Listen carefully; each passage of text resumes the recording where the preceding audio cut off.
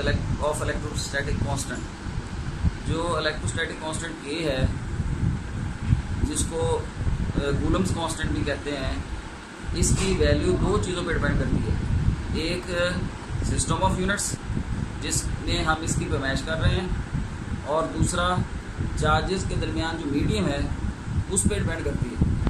अगर दो point charges के दरमियान जो मीडियम है वो फ्री स्पेस है, और जो सिस्टम जिसमें इसकी पैमाइश की जा रही है वो SI सिस्टम है, तो कूलम्स कांस्टेंट या इलेक्ट्रोस्टैटिक कांस्टेंट K की जो न्यूमेरिकल वैल्यू है वो 9 × 10⁹ न्यूटन मीटर स्क्वायर पर कूलम स्क्वायर होती है।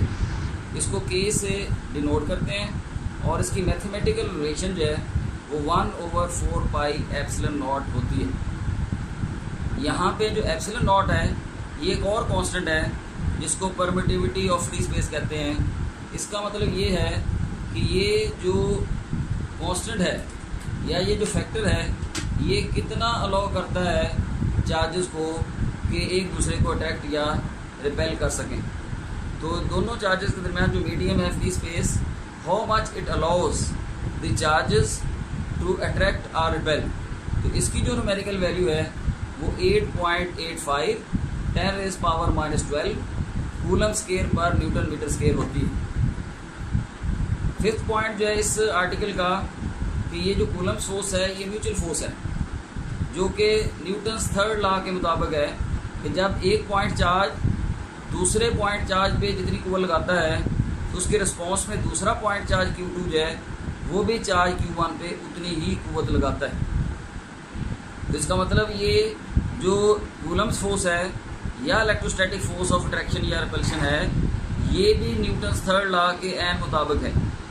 तो अगर एक चार्ज Q2 पे जो कुव्वत लग रही है और चार्ज Q1 उस पर लगा रहा है वो F21 है, तो उसके जवाब में जो चार्ज Q1 पे कुव्वत लगेगी जो Q2 लगाता है उसकी मिकदार और डायरेक्शन आ जाएगी 1/4πε0 Q1 Q2 over R² into R12 unit vector आ जाएगा।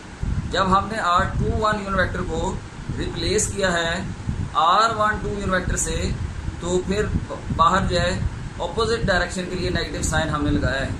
तो इसका मतलब ये ब्रैकेट्स के अंदर जो फोर्स है ये F12 है। तो F21 फोर्स जो चार्ज Q2 पे लग रही है Q1 लगा रहा है, वो F12 फोर्स जो चार्ज Q1 पे लग रही है और Q2 लगा रहा है वो दोनों बराबर हैं मिकदार में, और नेगेटिव साइन जो जाहिर करता है कि इनकी डायरेक्शन ऑपोजिट होती है। तो F21 is the force exerted on charge Q2 by Q1 is equal and opposite to the force exerted on charge Q1 by Q2।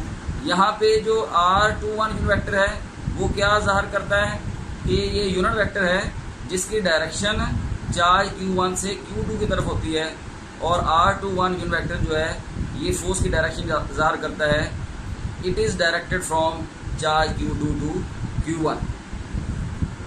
अब इन चार्जेस के दरमियान अगर फ्री स्पेस था तो फिर फोर्स है 1/4πε0 Q1 Q2 ओवर R²।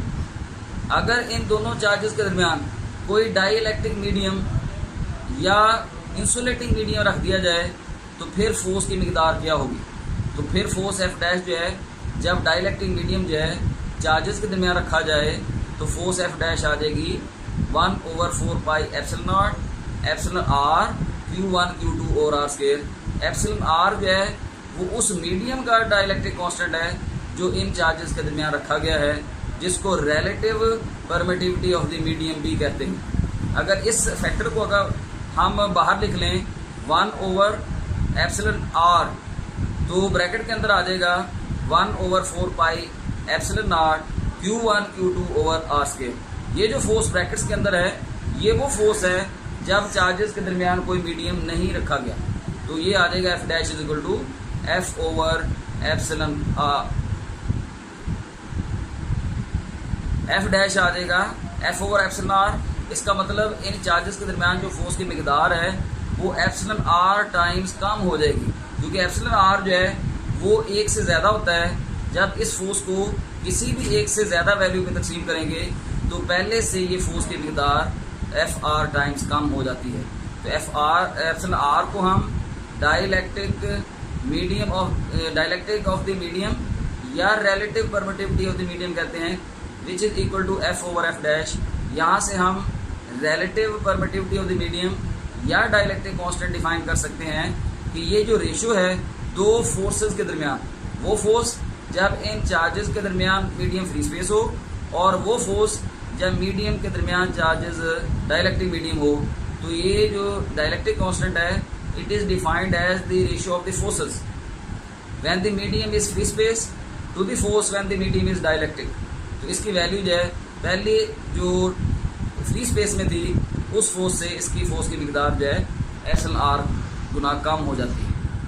अगरचे जो वाटर है उसका डाइलेक्ट्रिक कांस्टेंट सबसे ज़्यादा है। अगर हम इंफॉर्मेशन टेबल में देखें तो डाइलेक्ट्रिक कांस्टेंट जो है वाटर का 78.5 है, जो सब डाइलेक्ट्रिक से ज़्यादा है, लेकिन फिर भी इसको डाइलेक्ट्रिक के तौर पे इस्तेमाल नहीं किया जाता, क्योंकि जब इसको दो चार्जेस के दरमियान रखा जाता है तो वाटर जो है गेट्स पोलराइज्ड, ये पोलराइज्ड हो जाता है, उसके चार्जेस जो हैं वो सेपरेट हो जाते हैं और फ्री चार्जेस उसमें अवेलेबल हैं। तो बजाय ये इंसुलेटिंग मीडियम के या डाइलेक्ट्रिक के ये हाईली कंडक्टिंग हो जाता है और इस वजह से इसको डाइलेक्ट्रिक के तौर पे इस्तेमाल नहीं किया जा सकता। तो डाइलेक्ट्रिक कांस्टेंट जो है तमाम मटेरियल्स का 1 से ज़्यादा होता है और वाटर का सबसे ज़्यादा होता है, लेकिन मेटल्स का जो डाइलेक्ट्रिक कांस्टेंट है वो इन्फिनिट है, क्योंकि जो डाइलेक्ट्रिक कांस्टेंट है दो फोर्सेस की रेशियो है।